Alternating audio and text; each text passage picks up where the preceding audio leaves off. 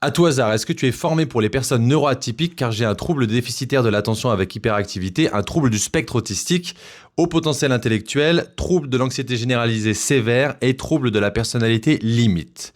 Alors c'est une très bonne question et je vais y répondre. Bon déjà, si jamais tu veux en apprendre un peu plus sur comment savoir gérer son anxiété, comment vivre une vie qui a du sens pour toi, je te conseille de t'abonner. Alors la réponse courte c'est oui, je suis formé à ces troubles-là. Et la réponse un peu plus longue c'est que en tant que psychologue ACT, je vais pas m'intéresser en premier à l'étiquette diagnostique. Ce qui va m'intéresser en premier, c'est la relation de la personne avec ses émotions, avec ses pensées et ce qui est important pour elle, ce qui fait de sa vie une vie pleine de sens et une vie riche. Ce qui fait que deux personnes avec le même diagnostic pourront avoir des difficultés très différentes et la manière de les aider va être très différente aussi. Et à l'inverse, deux personnes avec une étiquette diagnostique différente vont avoir des problèmes assez similaires et la manière de les aider va être à peu près similaire. C'est une approche qu'on appelle transdiagnostique, qui fait qu'on va vraiment s'intéresser à ce qui pose problème, ce qui maintient les problèmes, plutôt qu'à vraiment appliquer un protocole très rigoureux d'un trouble que tu as peut-être déjà tenté du coup, et si tu poses la question, peut-être que ça va pas vraiment marcher. Et on va plutôt